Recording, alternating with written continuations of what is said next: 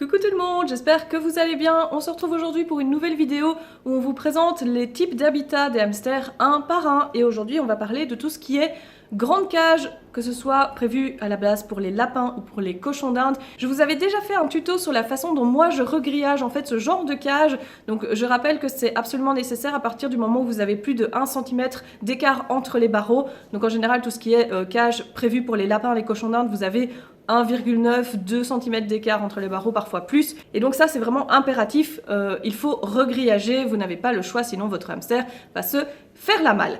Donc ce genre de cage, qu'est-ce que ça a comme avantage? C'est que vous avez des cages qui peuvent être très grandes pour un prix qui est relativement bas. Ça dépend un petit peu de ce que vous trouvez comme modèle, mais vous avez par exemple sur Zooplus celles que j'avais un petit peu dans le collimateur dernièrement.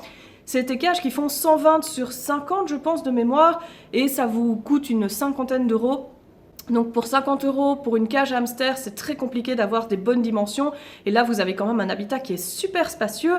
En général, le bac est plus haut, généralement, que sur des cages à hamster. Et donc ça vous permet de mettre plus d'épaisseur de litière. Donc ça, c'est vraiment top aussi. Dans les points négatifs, évidemment, il faut acheter le grillage à poules. Il faut regrillager la cage. Il faut que ce soit bien fait pour ne pas que le hamster se fasse la malle ou qu'il se blesse parce que vous avez des côtés des grillages qui peuvent être tranchants. Donc voilà, ça demande du temps, ça demande, c'est pas une cage clé sur porte, on va dire ça comme ça. C'est quelque chose sur lequel il faut que vous travailliez un petit peu et évidemment, ça demande un peu de temps, ça demande un petit peu de bricolage, etc.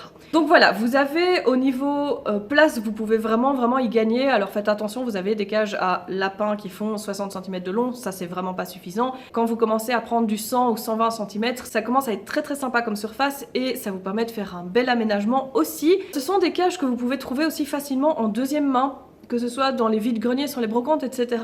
J'en ai beaucoup récupéré dans le temps. Comme ça, vous les récupérez pour 10 ou 15 euros, parfois même sur les sites d'annonces, etc.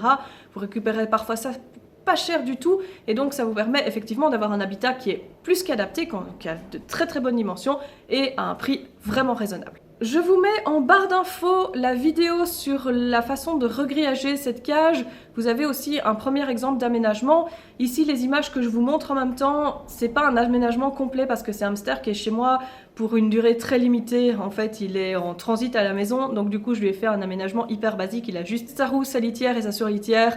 Et ça s'arrête là, évidemment. Dites-moi si ça vous intéresse que je vous fasse un exemple d'aménagement complet. C'est pas forcément différent de l'aménagement d'une Alaska ou d'une Barnet, donc celle que vous avez déjà vue précédemment. Vous mettez beaucoup d'épaisseur de litière, quelques accessoires, pas trop encombrés comme d'habitude, et c'est suffisant.